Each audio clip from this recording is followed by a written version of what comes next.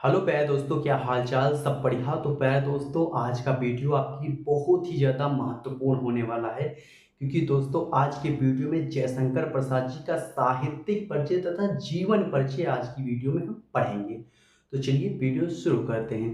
सबसे पहले यहाँ पर आप देखिए, हमने जयशंकर प्रसाद जी का साहित्यिक परिचय लिखा है। तो साहित्यिक, थोड़ा पहले आप जान लीजिए कि ये जो साहित्यिक परिचय होता है, ये बोर्ड में कितने अंकों का पूछा जाता है? तो ये 5 अंकों का पूछा जाता है यूपी बोर्ड में। चलिए, यूपी बोर्ड में ये 7 सेट होते हैं, सातों सेट में ये पूछा जाता है। और ये बोर्ड की दृष्टि से ये बहुत ज़्यादा इम्पोर्टेंट होने वाला है। अच्छा, कुछ स्टूडेंट का एक डाउट होगा कि साहित्यिक परिचय वो जीवन परिचय में क्या अंतर होता है? साहित्यिक परिचय किसे कहते हैं, जीवन परिचय किसे कहते हैं? तो आपका डाउट जो है इसी वीडियो में क्लियर हो जाएगा। चलिए अभी हम बताते हैं साहित्यिक परिचय में क्या अंतर होता है और जीवन परिचय में क्या अंतर होता है। सबसे पहले यहाँ पर आप देखिए कि ये बहुत ज़्यादा इम्पोर्टेंट है। क्यों इम्पोर्टेंट? कि 2016 में पूछा गया, 17 में पूछा गया, 18 में पूछा गया, 19, 20 में पूछा गया और 21 में ये नहीं पूछा गया। केवल और केवल 21 में नहीं पूछा गया। फिर 22 में पूछा गया, 23 में और 24 में पूछा गया। ये 16 से लेकर 24 तक ये हमेशा पूछा जाता है। उसमें केवल और केवल 2021 में नहीं पूछा गया। तो ये 2025 में आने की इसकी पूर्णता संभावना है। तो इसलिए इसको आप हल्के में मत लीजिए। ये बोर्ड की दृष्टि से बहुत इंपॉर्टेंट है। ये आपके 5 अंक दिलाने वाला होता है। तो यहाँ पर जो हमने जीवन परिचय लिखा, साहित्यिक परिचय लिखा, तो वो जो होता है कितने हमें शब्दों में लिखना होता है। तो वो भाई पेपर में वो साफ साफ कहता है कि जो अधिकतम शब्द सीमा होती है वो 80 शब्द में आप लिखिए। कितने शब्द? 80 शब्दों में आपको लिखना होता है। तो 80 से आप 100 शब्दों के बीच में लिखें। ज़्यादा भाई बढ़ा चढ़ा के आप ना लिखिए, कोई उससे कोई आपका मतलब नहीं होगा। क्यों? 5 नंबर का है तो आपको 2 4 10 15 नंबर आपको नहीं देगा, 5 ही अंक आपको देगा। तो इसलिए आप 80 से 100 शब्दों के बीच में आप लिखें। चलिए, ये बात आपकी क्लियर हुई। उसके बाद आपका जो साहित्यिक परिचय है और जीवन परिचय, इसमें आप डिफरेंस समझ लीजिए। जो साहित्यिक परिचय होता है, साहित्यिक परिचय क्या, साहित्यिक परिचय में जीवन परिचय की कुछ लाइनें हम लिख सकते हैं? तो मैं कहूँगा बिल्कुल लिख सकते हैं। क्यों? क्योंकि भाई कोई भी कवि हो, जब तक आप उसका जीवन परिचय नहीं देंगे तब तक आप साहित्यिक परिचय नहीं दे पाएंगे। क्यों?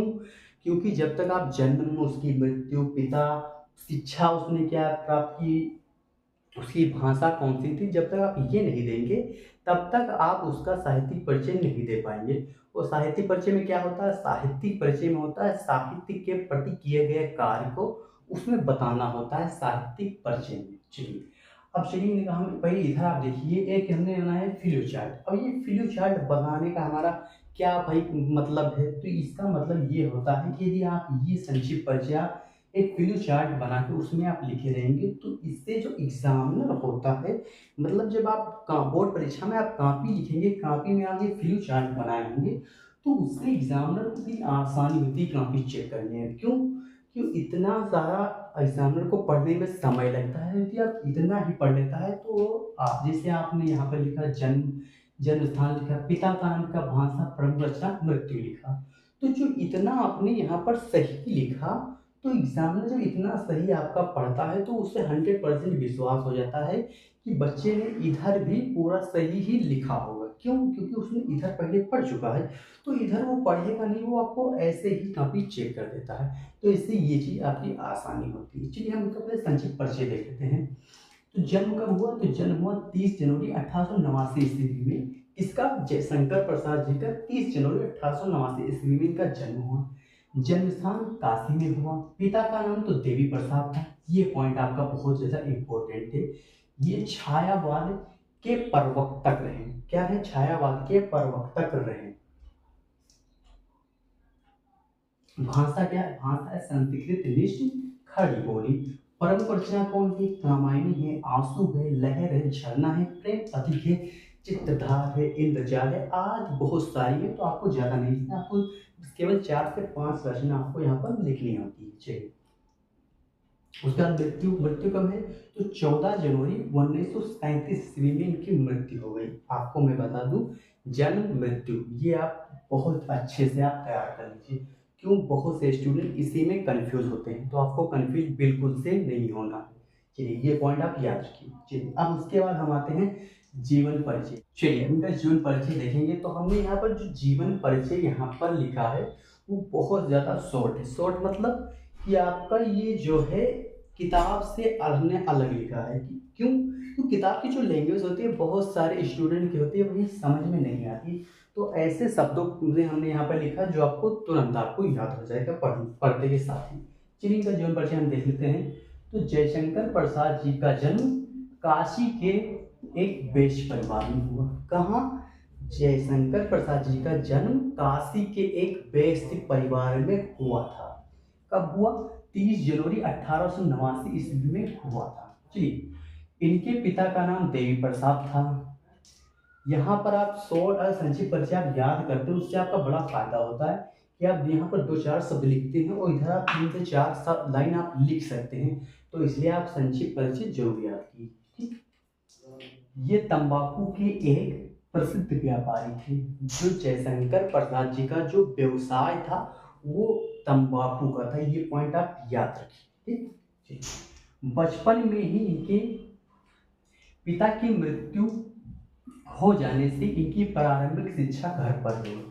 भाई बचपन में ही जो जयशंकर प्रसाद जी थे उनके पिता की मृत्यु हो गई, तो ये एक प्रकार से इन पर एक भारी आपदाओं का पहाड़ टूट पड़ा।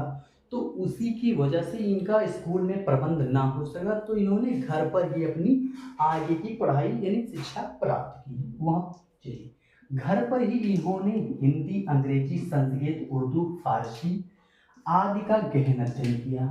जयशंकर प्रसाद जी ने घर ही पर हिंदी, अंग्रेजी, संस्कृत, उर्दू और फारसी भाषा का इन्होंने गहन अध्ययन किया।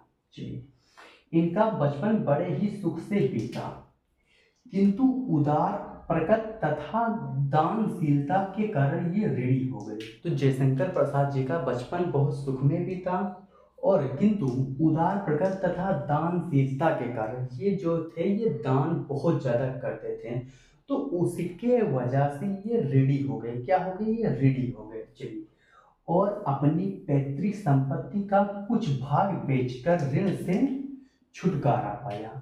जब ये ऋणी हो गए तो अपने जो पिता की जो संपत्ति थी यानी जमीन जायदाद, तो उसका इन्होंने कुछ भाग बेचकर इन्होंने जो कर्जदार थे उनसे इन्होंने छुटकारा पाया। चलिए बचपन से ही काव्य के प्रति अनुराग रहा। जो जयशंकर प्रसाद जी थे जो काव्य के प्रति इनका जो स्नेह लगाव यानी प्रेम था वो बचपन से ही काव्य के प्रति था। चलिए 14 जनवरी 1937 ईस्वी में क्षय रोग से ग्रस्त होकर इनकी मृत्यु हो गई। कब हुई? ये पॉइंट आपका बेहद इंपॉर्टेंट है। कब हुई? 14 जनवरी 1937 ईस्वी में क्षय रोग से ग्रस्त होने के कारण इनकी मृत्यु हो गई। तो ये रहा इनका एक शॉर्ट जीवन परिचय। अच्छा इससे ज़्यादा आपको शॉर्ट क्या चाहिए भाई? आप शॉर्ट ज़्यादा शॉर्ट भी तो नहीं कर सकते कि उनका कुछ मुख्य जो उनकी पॉइंट है वो आपको बताना होगा, नहीं लिखना होता है, तभी तो आप लिख सकते हैं। चलिए आप इसको आप स्क्रीन शॉट करिए, फिर उसके बाद हम साहित्यिक परिचय आपको लिखकर हम समझाते हैं। चलिए आप इसको स्क्रीन शॉट कीजिए। चलिए उसके बाद इनका हम साहित्यिक परिचय देखते हैं। साहित्यिक परिचय क्या है इनका? साहित्यिक परिचय चलिए देखते हैं। साहित्यिक परिचय में क्या होता है? साहित्यिक परिचय में होता है साहित्य के प्रति किए हुए कार्य। क्या है? तो जयशंकर प्रसाद जी छायावाद के प्रवर्तक, उन्नायक तथा प्रतिनिधि कवि होने के साथ साथ युग प्रवर्तक, कहानीकार, नाटककार तथा कथाकार थे। तो जयशंकर प्रसाद जी जो थे साहित्य के प्रति उन्होंने क्या किया? तो छायावाद युग के ये प्रवर्तक रहे। क्या रहे? प्रवर्तक, उन्नायक थे तथा प्रतिनिधि कवि होने के साथ साथ युग प्रवर्तक, कहानीकार, नाटककार, कथाकार थे इन्होंने। चलिए उसके बाद देखते हैं प्रेम और सौंदर्य इनके काव्य के प्रमुख विषय थे।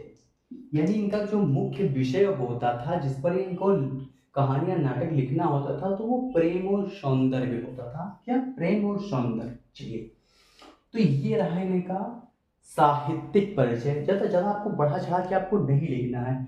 यहाँ पर हमने 3 से 4 लाइनों में लिखा है, लेकिन जब आप कॉपी में लिखेंगे तो आपको 6 से 7 लाइनों में आएगा। चलिए अब उसके बाद हम देखते हैं कि प्रमुख रचनाएं। प्रमुख रचनाएं आपका सबसे इम्पोर्टेंट है। प्रमुख रचनाएं आपकी 2 नंबर की होती है। क्यों? जब परीक्षा आप देने बैठेंगे, जो क्वेश्चन पेपर आता है उसमें जो नंबर पूछे जाते हैं वो कैसे 3+2 बराबर 5 होता है, यानी जो अंक आपको मिलते हैं। 3 नंबर आपके जो साहित्यिक परिचय लिखेंगे उसके होंगे और 2 अंक आपकी रचनाओं के लिए होंगे। तो रचना आपके लिए बेहद इंपॉर्टेंट। चलिए इनकी रचनाएं लिख लेते हैं। तो क्या है? कामायनी है, आंसू है, लहर है, झरना है, इंद्रजाल है, प्रेम पति के आगे। ये इनकी प्रमुख रचनाएं हैं। तो आप रचनाएं आपको 4 से 5 रचना आपको लिखनी ही लिखनी है। तो 4 से 5 रचना आप जरूर से जरूर परीक्षा में आप लिखें, तभी आपके पूर्ण नंबर आपको मिलेगा। चलिए सबसे पहले आप इसको स्क्रीनशॉट कर लीजिए। तो दोस्तों आशा करता हूँ आपको आज का वीडियो आपको पसंद आया होगा। तो चलिए वीडियो को आप लाइक कर दीजिए, और हाँ, चैनल पे आप यदि पहली बार आए तो चैनल को सब्सक्राइब करके बेल आइकन को प्रेस कर दीजिए, ताकि हम जब भी वीडियो अपलोड करें तो उसकी नोटिफिकेशन आपको मिलती रहे। मैं आपको बता दूँ, इस चैनल पे आपको class 12 physics, chemistry, bio, Hindi की जितनी भी इम्पोर्टेंट क्लासेस होने वाली हम सभी इसी चैनल पे अवेलेबल करेंगे। मैराथन क्लासेस भी हमारी आएंगी, तो उसके लिए आप चैनल को सब्सक्राइब जरूर कर लीजिए। चलिए मिलते हैं आपको फिर किसी मजेदार वीडियो के साथ। तब तक के लिए love you, bye bye, take care.